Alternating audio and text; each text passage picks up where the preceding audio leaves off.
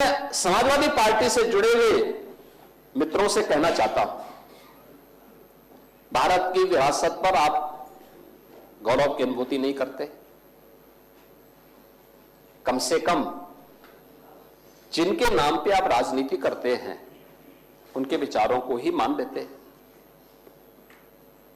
Doctor Ram Manohar Lohia ने इस बात को कहा था कि भारत की एकात्मता के 3 आधार हैं, श्री राम, श्री कृष्ण और शिव शंकर, भगवान शिव।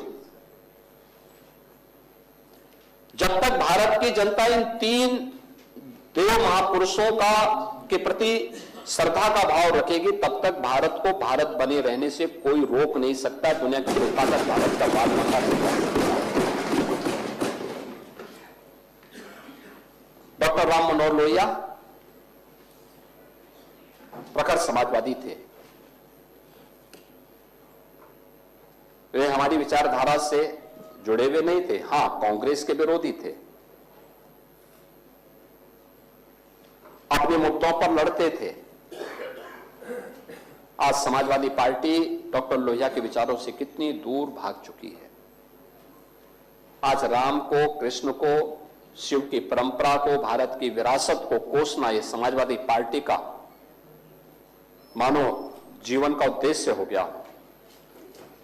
और दुर्भाग्य है कि उन्होंने आदर्श किसको माना है?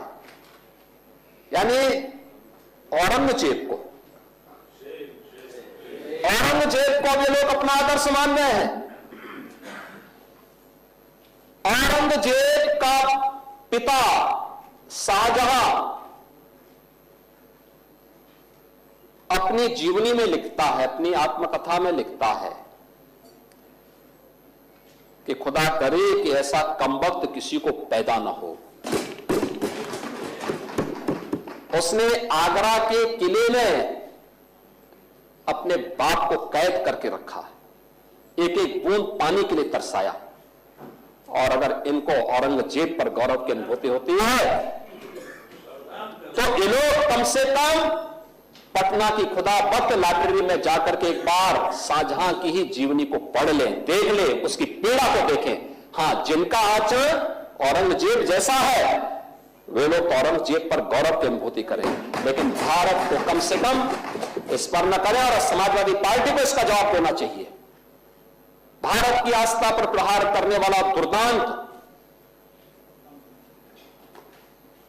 धर्मांत, क्रूर शासक, उसको समाजवादी पार्टी आदर्श मानती है।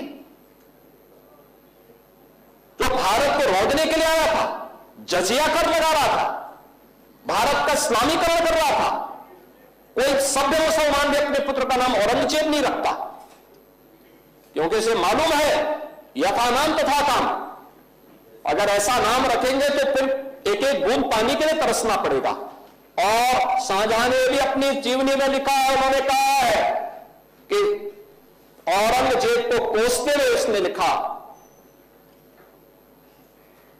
कि तुमसे अच्छा तो ये हिंदू है जो जीते जी तो अपने बुजुर्ग मां बाप की सेवा करता है, मरने के बाद श्राद्ध तर्पण के माध्यम से वर्ष में एक बार उन्हें जल देता है। तुम तो मुझे एक एक बूंद पानी के लिए तरसा दिए हो। अब समाजवादी पार्टी यह तय करे, ये पटना की खुदाबख्त ये समाजवादी पार्टी का नेता, आपका विधायक घोषणा करो ना, उस कमबख्त को निकालो पार्टी से और उसको एक बार यूपी भेज दीजिए, बाकी उपचार हम अपने आप करवा लेंगे। जो व्यक्ति छत्रपति शिवाजी महाराज की परंपरा पर गौरव की अनुभूति करने की बजाय लज्जा महसूस कर रहा हो और औरंगजेब को अपना नायक मान रहा हो, क्या उसको भारत के अंदर रहने का अधिकार होना चाहिए क्या? और समाजवादी पार्टी को इसका जवाब देना चाहिए। एक तरफ आप कुंभ को कोसते रहे और दूसरी तरफ औरंगजेब जैसे दुष्ट और क्रूर धर्मांध मंदिरों को तोड़ने वाले व्यक्ति को, भारत की आस्था को निर्बलता के साथ रौंदने का कार्य करने वाले व्यक्ति को महिमामंडन करते हो। आखिर कौन सी नस ऐसी आपकी दबी हुई है कि आप लोग अपने उस व्यक्ति पर, उस विधायक पर नियंत्रण नहीं कर पा रहे हैं?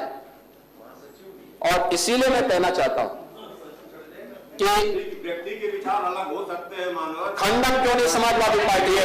समाजवादी पार्टी खंडन करे इसका। लाल बिहारी सुनिए, समाजवादी पार्टी को समाजवादी पार्टी को इसका खंडन करना चाहिए। समाजवादी पार्टी को इसका खंडन करना चाहिए और समाजवादी पार्टी को इसको बाहर निकाल देना चाहिए,